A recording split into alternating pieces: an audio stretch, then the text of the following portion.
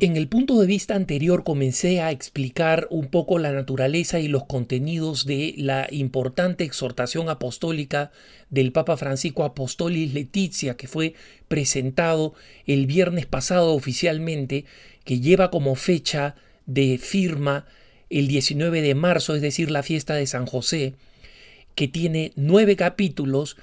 y que es uno de los textos más largos de los últimos pontificados, por los cuales el Papa recomienda que sea leído de manera gradual, lenta, capítulo por capítulo. Y esta sugerencia del Papa de cómo leerla es especialmente importante porque uno de los capítulos del que vamos a hablar ahora en este segundo programa Punto de Vista, que dedico seguido al texto, es uno de los capítulos precisamente más complejos desde el punto de vista teológico y moral. En general, la encíclica es fácil de leer hasta que se llega al capítulo 8 del que vamos a hablar ahora. Como había indicado, la encíclica tiene 9 capítulos. El primero se llama La luz de la palabra, el segundo la realidad y los desafíos de la familia. El capítulo 3 se llama Mirando a Jesús, el llamado de la familia. El capítulo 4, el amor en el matrimonio, y son los que he descrito hasta ahora. El capítulo que sigue es obviamente el capítulo 5 y se llama El amor que se vuelve fructífero, y que señala la importancia de la fecundidad en el matrimonio y de la necesidad de tener hijos, de que el amor se vuelva fecundo de distintas maneras. Aquí va a hablar el Papa, por ejemplo, de la importancia de ese periodo frágil y tan importante que transcurre la esposa en el periodo del embarazo, de ese tiempo como un tiempo en el que debe crecer el amor entre el padre y la madre. Y también nos habla de cómo padres y madres que no tienen la bendición de la fertilidad propia física pueden prolongar la fertilidad a través de la adopción y del valor que la adopción significa para criar en el seno de una familia tantos niños abandonados.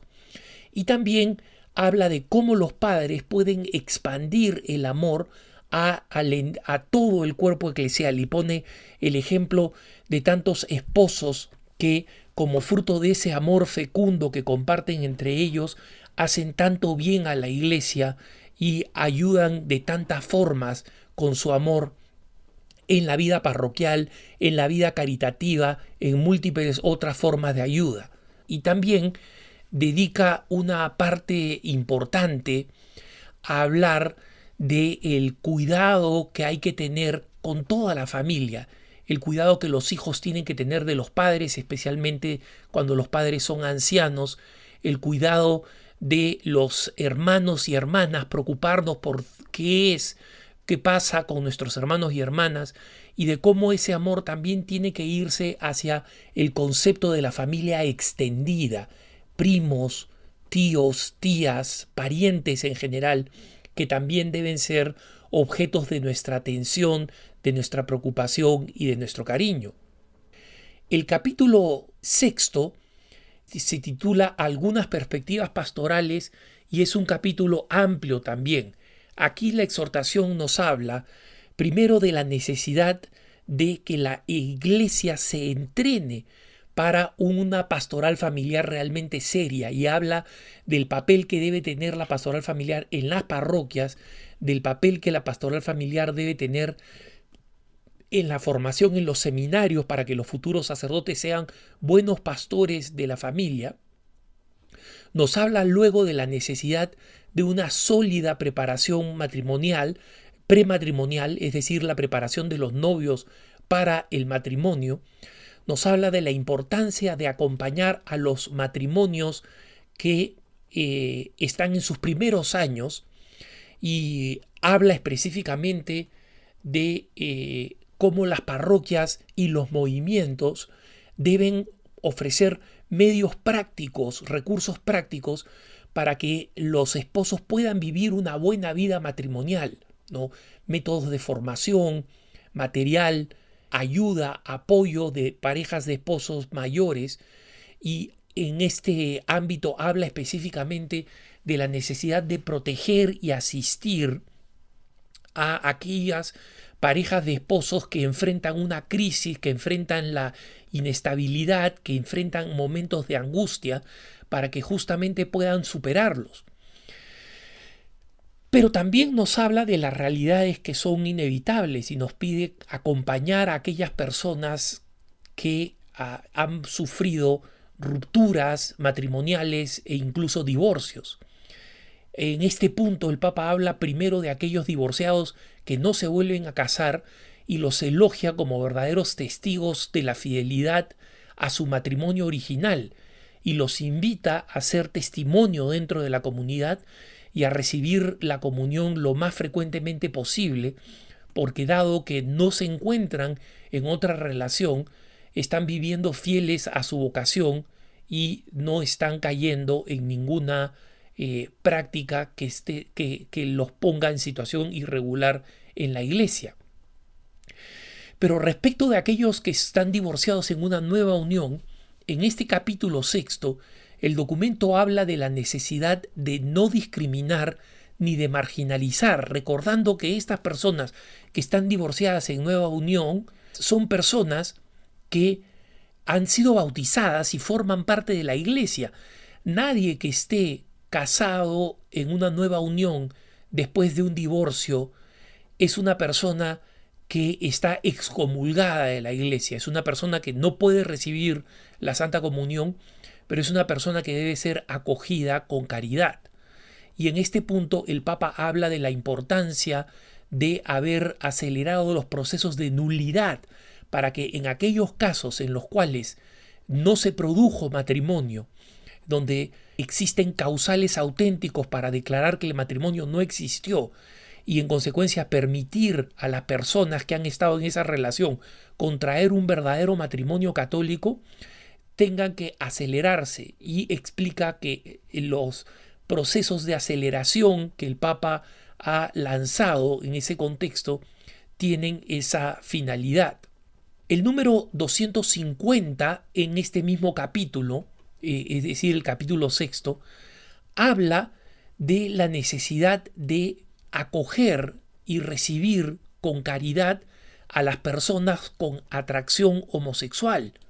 y acoger y ayudar a las familias que tienen hijos con atracción homosexual, de tal manera que no sean ni discriminadas ni maltratadas, tal como enseña el Catecismo de la Iglesia Católica, y de hecho aquí cita el Catecismo de la Iglesia Católica. En el número siguiente, sin embargo, el número 251 de la exhortación apostólica, el Papa denuncia la presión internacional que pretende que se acepte como matrimonio las uniones entre personas del mismo sexo, algo que es inaceptable para la Iglesia porque existe solamente un concepto de matrimonio y ese concepto de matrimonio corresponde al que ha planeado Dios desde el origen entre un hombre y una mujer.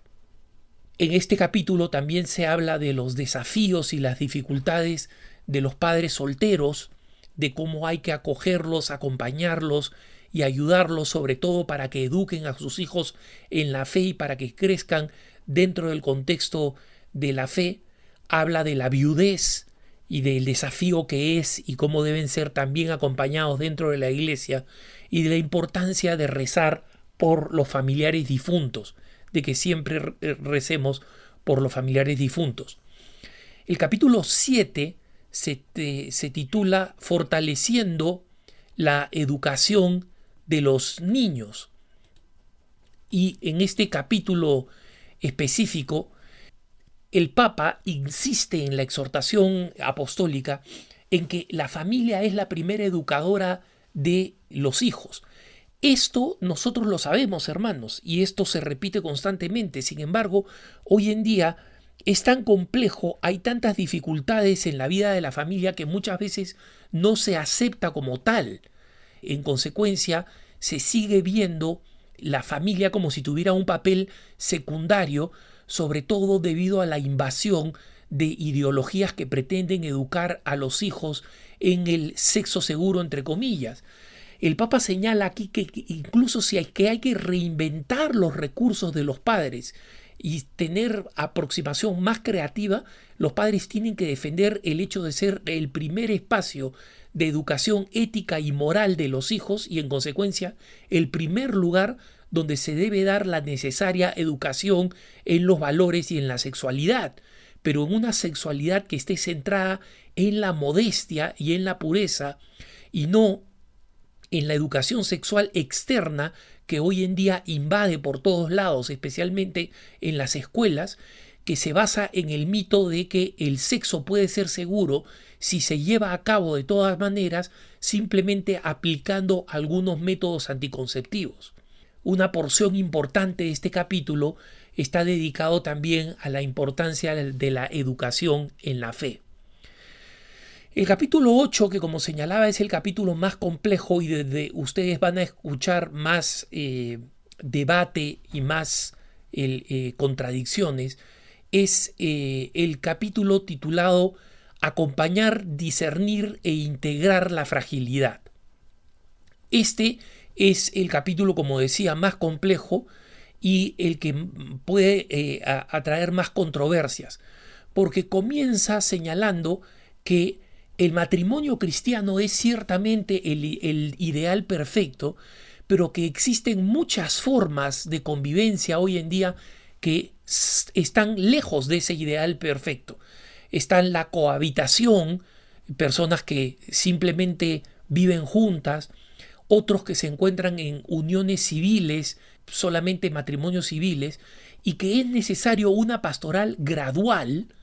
para acercar a estas personas a que lleguen a comprender y a vivir y a sumarse y a integrar la belleza del matrimonio cristiano sacramental. Los números 298 y 299 hablan nuevamente de los divorciados en nueva unión y explica una vez más que deben existir pastorales apropiadas en la parroquia para irlos acercando a través sobre todo del ejercicio de la caridad. Los números 300 a 306 de este capítulo son probablemente los más complejos y difíciles del documento, porque aunque en ninguna parte, y digo claramente, en ninguna parte se cambia la doctrina y se abre la posibilidad de que los divorciados en nueva unión reciban la comunión, sin embargo, se habla de situaciones sumamente complejas en las cuales puede existir un mal objetivo, es decir, desde el punto de vista externo visible, un mal objetivo, pero donde las personas pueden estar viviendo subjetivamente lo mejor de lo que pueden, lo mejor posible. Y esta vivencia de vivir lo mejor posible puede ser una vivencia que requiere el apoyo, la comprensión y la ayuda de la Iglesia. En una nota a pie de página, cuando se habla de la ayuda a la Iglesia, se recuerda que la confesión, como decía el Papa en la Evangelii Gaudium, la confesión no debe ser, el confesionario no debe ser una cámara de torturas en un encuentro de misericordia, y que también la comunión hay que recordarla que no es un premio para los mejores, sino también es un viático, un nutriente para el camino, ¿no? La doctrina, insisto, no cambia. No va a faltar, sin embargo, el que trate de interpretar algunos pasajes de este capítulo y especialmente una nota a pie de página, la nota a pie de página número 18 de este capítulo, como si el Papa estuviera aprobando la comunión a los divorciados vueltos a casar. Eso no sucede, no hay una sola parte en el texto donde se diga la comunión a los divorciados vueltos a casar se aplican. Por el contrario, el texto señala dos cosas muy importantes en contra de esto. Primero, que ningún sacerdote tiene la potestad para dar ningún permiso especial. Un sacerdote no puede decirle a una pareja, oye, ¿sabes qué? Yo te doy a ti permiso para que comulgues. El sacerdote no tiene esa potestad. Y se señala otra cosa importante. Las normas morales de la Iglesia no se aplican gradualmente. Es decir, no se está a mitad bien o a medias mal, se está bien o se está mal, ¿no? El capítulo terminas exhortando a que los católicos mantengamos siempre el más alto concepto del matrimonio, anunciándolo al mundo, porque el matrimonio es un bien. El matrimonio católico, el matrimonio sacramental, no es una acción cualquiera, no es una forma más de ver la vida en familia. Se trata de una forma específica de vida fundamental para la humanidad, pero hay que presentarla siempre con el espíritu de la misericordia, y por eso el Papa termina con el capítulo 9, titulado Espiritualidad del matrimonio y de la familia, donde el Papa ofrece diferentes sugerencias y temas que se pueden desarrollar para una espiritualidad específica del amor conyugal y del amor al interior de la familia. Y concluye con una bella oración, una breve y bella oración a la Sagrada Familia, en donde le dice, al concluir, le dice: Santa Familia de Nazaret, haz que todos aprendamos del carácter sagrado e inviolable de la familia y de su belleza en el proyecto de Dios. Jesús, María y José, escuchadnos y acoged nuestra súplica. Amén. Y así concluye el resumen de esta exhortación apostólica que, como he dicho, el Papa recomienda leer por partes, y estos puntos de vista que he dedicado de ninguna manera suplen su lectura y la necesidad de aprovechar la enorme riqueza de este texto muy, muy amplio que, como han visto, ni siquiera he podido resumir en un solo punto de vista. Que tengas un buen día.